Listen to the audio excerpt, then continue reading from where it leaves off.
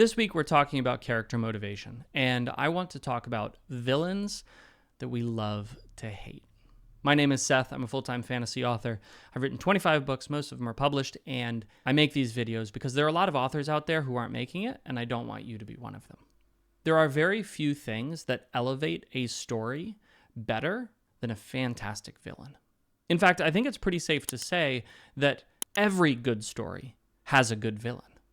Now, that doesn't mean that the villain has to be some mustachioed man twirling his mustache and swirling his cape. Sometimes a villain in a story is actually the protagonist. But no matter who your villain is, it's important that the reader connects to them. And when I say connect, I don't mean like they applaud all of the decisions that this person makes. No, I just mean that they need to understand them. Earlier this week, I talked about how every character, whether hero or villain, comes from a place of pain, and that the way they deal with that pain is what determines whether they're good or bad. In order to build a good villain, it's helpful to start with that third question that we talked about on Monday. What is your character trying to prove or disprove? Remember, there's something that they need to do. There's a reason that they have convinced themselves they need to do it. And that reason is to prove or disprove something. What we're really interested in is that internal narrative, the story that the villain is telling themselves about their experience in the world and how to write it. So imagine with me you have a villain who is going to rob a train. What does the villain need to do? Well, they need to execute on the plan that they have established. Why do they need to do it? Well, they need to do it so that the hero can stop them. Because remember, this isn't a story about our villain. Otherwise, they'd be the hero. This is a story about our hero. But the real question is, what is this villain trying to prove or disprove by robbing a train? Are they trying to prove that they are, in fact, the smartest person around? Are they trying to prove that they have status or wealth? Are they trying to disprove somebody who in their past has said something about them that they don't like? Are they trying to prove that the world is chaotic by causing more chaos themselves?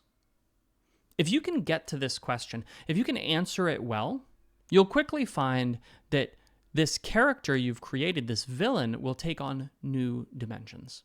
Anytime that a villain sets out to prove or disprove something, they do it to the extreme.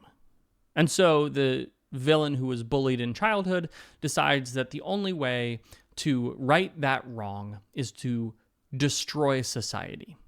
Or if the villain felt betrayed because somebody stole from him, they set out to prove that trust is an illusion, but they're driven to the extreme of trusting nobody ever.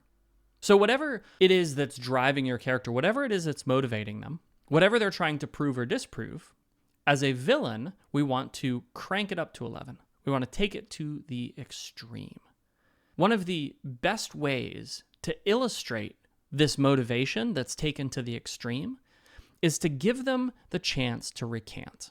Give them the opportunity to make a different choice and then show them doubling down every single time.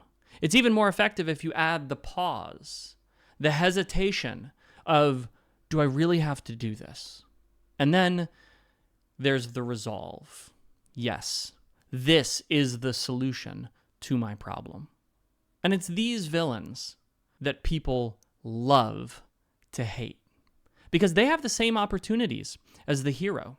They often come from the same place as the hero, but they have taken an incorrect path, and instead of repenting, they continue to walk down it to their destruction, and maybe the destruction of everybody else too. If you want to build a villain that people will love to hate on, this is what you need to do. You need to ask that question. What is it that this person is trying to prove or disprove? You need to take whatever that is and push it to the very extreme. And then you need to give them the opportunity to step back from it, but instead have them double down. I guarantee you, if you write villains like that, They will grip your readers' souls.